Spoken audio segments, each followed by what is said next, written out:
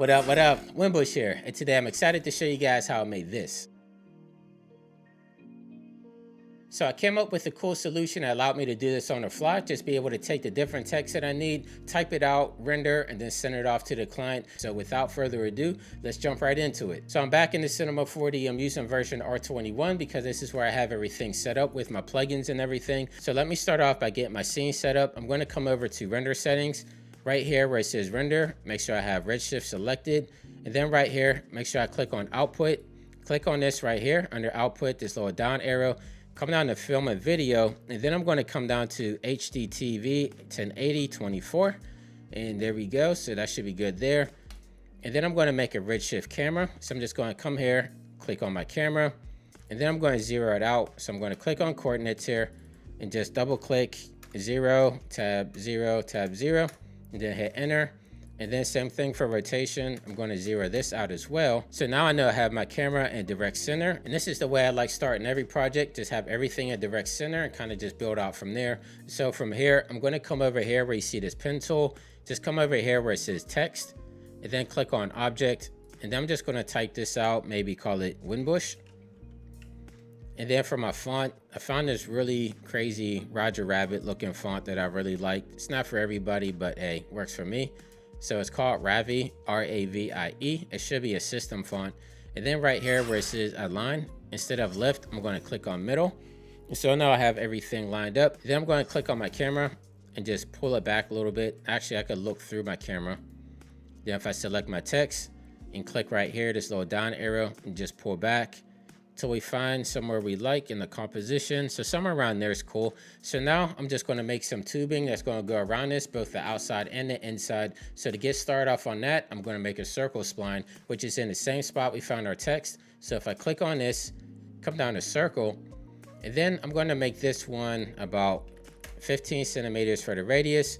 And then I'm going to hold down the left control on my keyboard, click and drag my circle, and it's going to make a copy. And I'm going to make this one 10. And this is going to be for my outside tubing. And then we also need one for the inside tubing, which again, I'll hold down the left control, click and drag. And then I'm going to make this one 8. And then right here where it says circle.2, I'm just going to name this one inside tubing so I know what is what. And then I'm going to select both of these circles. And then I'm going to right click. And then I'm just going to come down here where it says group objects. And then I'm just going to name this one outside tubing. Okay, so my next step from here is I'm going to have to find the sweep so I can actually sweep these around my text. So right here where you see the subdivision surface, if you click on it, you'll see it right here at the bottom. So I'm going to click on sweep. Then I'm going to click on my text, just drag it underneath my sweep here. And then actually let's start with the inside tubing. So I'm going to click and drag this, make sure it's above my text. And there you go. Now we have our circle surrounding our text here. You can see we have some funky points in here. So one solution that I found is if I click on sweep, right here where it says constant cross section, if I click this off, there we go. That helped fix it out, but it still looks a little bit rugged in there. So if I click on my text, and then right here where it says intermediate points, I like to use natural. So I'm going to click on natural here. Then maybe bring this up to 25. It just kind of helps smooth it out a little bit. And then one thing I noticed too is it depends on the type of fonts that you pick too. If you have some fonts that has some real sharp edges, sometimes the spikes are just going to go off like crazy. So I tried to stick with a font that has rounded edges and it gives us a nice smooth look in there. So just keep that in mind whenever you're working on this and you might change out the font. You don't want to use the same one that I'm using there. So just keep that in mind whenever you're picking out a font. So from here, what I'm going to do is I'm going to click on my sweep and actually double click it. And I'm just going to name this sweep inside. And then I'm going to hold down left control, click and drag up so that I make a copy. And I'm going to name this one sweep outside.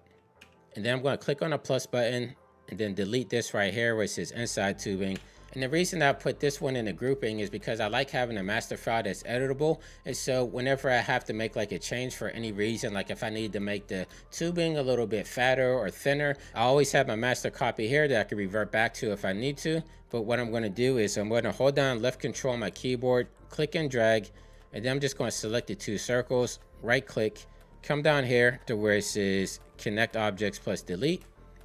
There we go. So I could drag that out and could delete this. And this will be my outside tubing here. I had to make it one piece because you can't have like any type of nose or anything underneath the sweep object, that won't work. So anytime you need to do something like that, you just have to combine them. And there you go. We see now we have our outside tubing here. So we'll be able to see this better once we start adding some Redshift materials in here, which is really easy. There has some cool presets in here that we could use. Like if I come over to my Redshift materials, click on material again, and then down here in our material nodes, just double click on it here. And then if I come over here to preset where it says custom, we actually have a really good glass one here. So if I click on that, you can see right off the bat, we have a glass material. We don't have to do anything else here. I'm just going to leave it as is. So I'm going to click and drag that to my sweep outside. And then I'm going to come and make another material, but I'm going to make one that's glowing. So I come to Redshift materials, and instead I'm going to use this one. It's called incandescent. I can never say it right. I'm not sure how it's pronounced, but this one right here with the INC, click this one here. Then I'm going to double click on it again. And then I'm just going to change out the color. So let me drag this over a little bit. And let's say we want to pick like a nice blue color. So I'm going to do RGB, bring this down here like so. Just pick something like that. And then I'm going to come down here to intensity, maybe just bring it up by like 3. We don't need anything too hot in here. So I'm going to click and drag this to my inside. Now if I come over to my Redshift render view, just click on that, click play.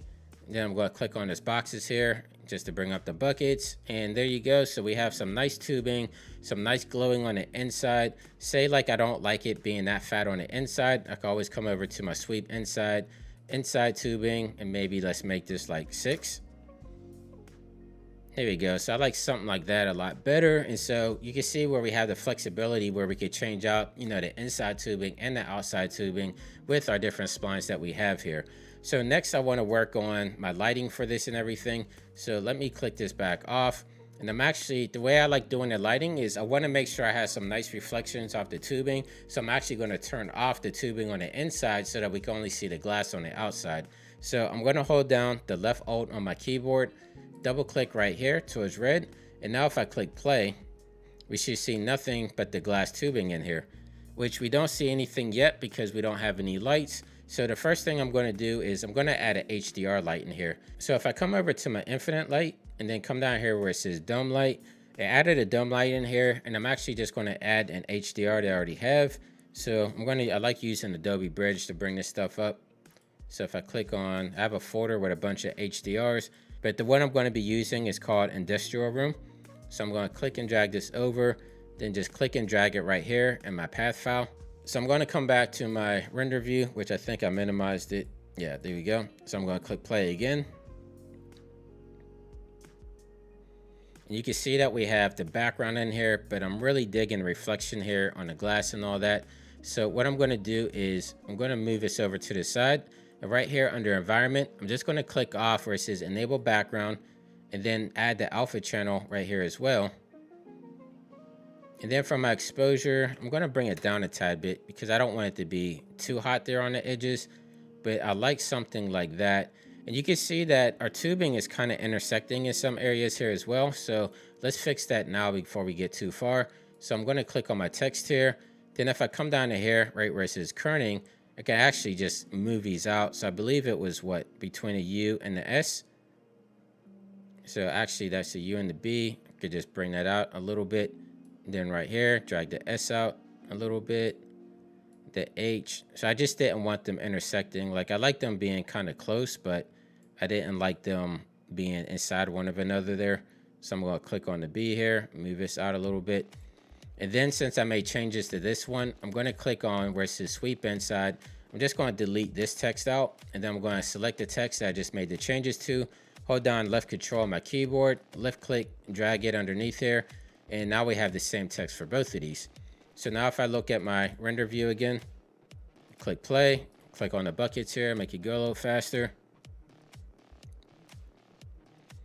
And there we go. We have some nice neon tubes in here, but there's a little bit more that I could do. Maybe we add some highlights in here and everything. So if I come over here and maybe let's add a plane in here.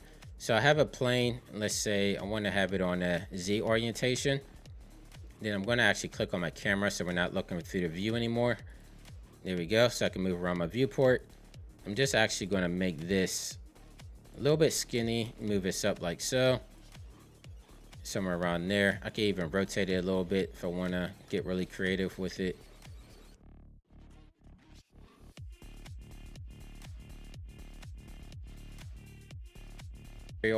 Come to materials, come down to incandescent, and I'm just going to leave it as white, and I'm just going to click and drag it onto my plane here. Then if I come back, let's go to my camera view, render viewport, let's click play. Let's just see what's going on here with this. Oh, and yeah, we're not going to see anything because I didn't make this invisible to the camera, which is a real easy fix. So if I come back to my plane, click on tags, then I'm going to look for Redshift tags and come right here where it says Redshift object. And I want to come over to visibility right here where it says override, click this on, and then where it says primary ray visible, I'm going to click this off here. Then let me click play again. And we shouldn't see that at all. We should just see the reflections there. So there, you see we have a nice streak right there, which if I want to take it and actually, let's rotate it a little bit. So somewhere, let's say somewhere around there, then actually click and drag it, make it a little bit longer. So this is just all to your artist's interpretation, but you can see how it's starting to manipulate it there a little bit. So of course, if you move it closer or further back, yeah, see something like that. If I hold down the left control, just click and drag. Let's maybe make another one and then just drag it over like so. So there we go. So it's giving us some nice highlights on the tubing, just kind of mix it up a little bit so everything's not so even. So then what I want to do now is maybe let's just add like a light in here. So if I come over and let's say we use an area light, I'm going to click on my camera again so I could just move around my viewport. I'm going to move this back a little bit, somewhere around there.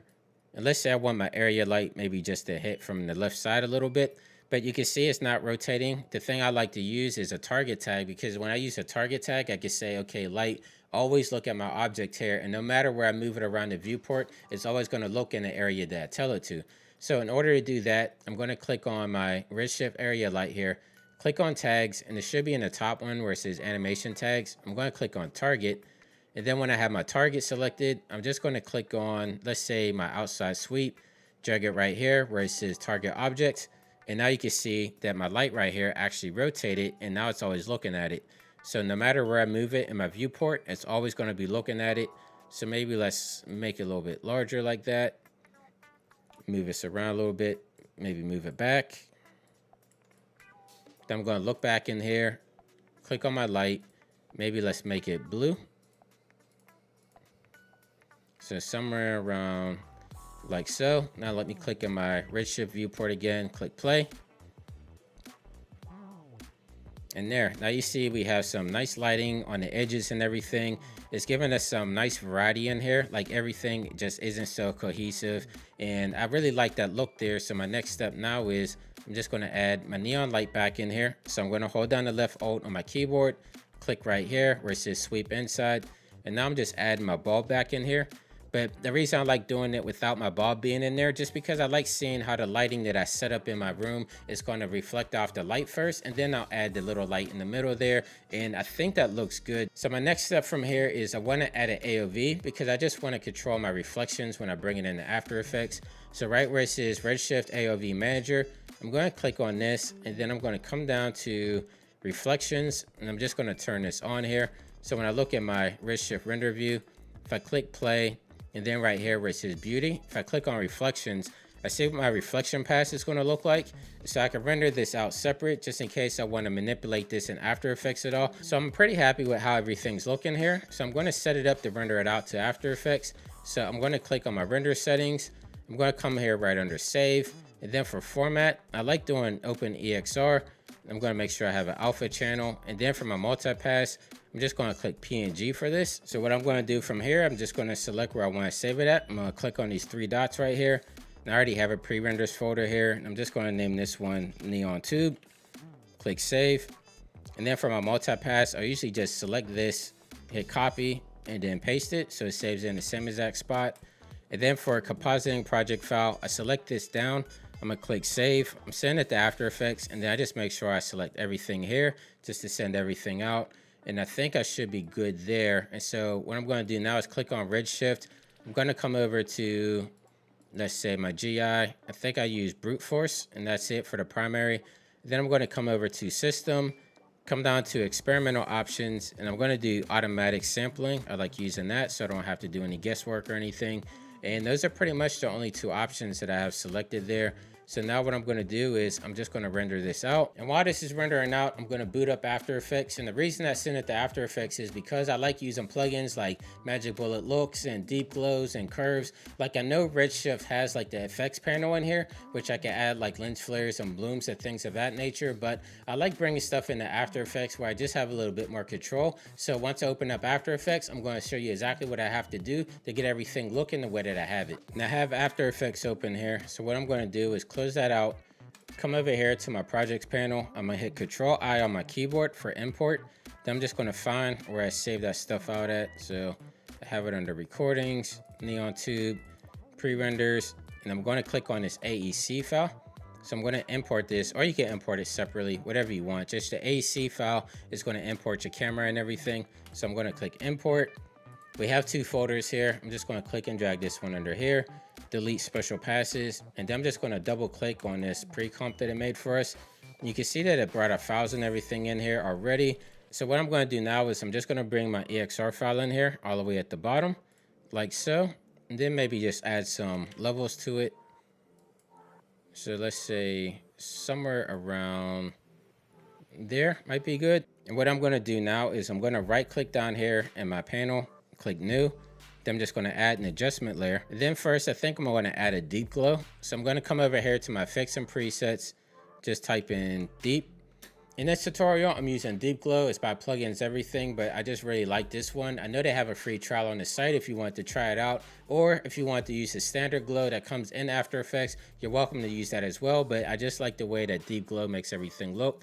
So if I click and drag that there, you see that we're getting a really cool look in here. And I'm just gonna drag my radius down to maybe like, let's say 75. Then my exposure, I'm gonna make this half, like 0.5, somewhere around there. And then even right here on my tubing, like I don't like that blue right there. So what I'm going to do is type in hue, bring in the hue and saturation. And I'm just going to spin this color wheel till I kind of find something more that I like. So adjusting the color to maybe something like that. Then I can maybe even bring up my exposure a little bit, like 0.7. Somewhere around there looks good. And right here on my adjustment layer, I'm just going to click enter and type in glow just to organize it a little bit. Then I'm going to right click again, click on new, make another adjustment layer, hit enter, just type in looks. There you go. So now I'm going to add like Magic Bullet Looks in here. So again, I came over to my effects and presets, typed in looks, just going to click and drag this in here. Like I don't want to have an alpha channel back here. Like if I click on this, you can see I have an alpha right now. So I'm going to right click down here and make just like a black solid. There you go, drag that all the way to the bottom. So now we're good to look at looks. So I'm going to click on edit here. And this brings up Magic Bullet Looks, which has a lot of really cool presets. So if I just drag over them, it's kind of showing you what it's doing here. So there's one, I think it's under Cool Play that I really liked. Yeah, this one, Skydance. Click on this one here. I'm not going to make any adjustments. I mean, you're welcome to do so if you want, but I really dig the way that this one's looking here. And then I think we're pretty close. So last thing I'm going to do is right click again, add another adjustment layer. I'm going to add it to right under the glow. And let's add a curves just to kind of mess around with it till we find something that we like. So somewhere around there looks pretty good. So, and this is really cool, the way that we have it set here. Just match the trailer graphics exactly. And if I wanted to go back in and kind of change out the text, all I have to do is go to Cinema 4D, type in something else like coming soon, render it out, just drop it back in this project, and we're all set to go. So hopefully you found this informative. I know a lot of you guys are probably asking, why aren't you using Unreal? But you know, I like using the tools that the project calls for. Like I said, I just go in, type out the text, hit render, send it to After Effects, and I'm good to go. And so, you know, depending on the project, you might want to use different tool sets. And so if this did help you out, make sure you leave me a comment down below. If you're new to the channel, please subscribe, leave me a big thumbs up. And until next time, stay fresh, stay creating, and I'll catch you in the next video. I'll see you soon. Take care. Thank you guys.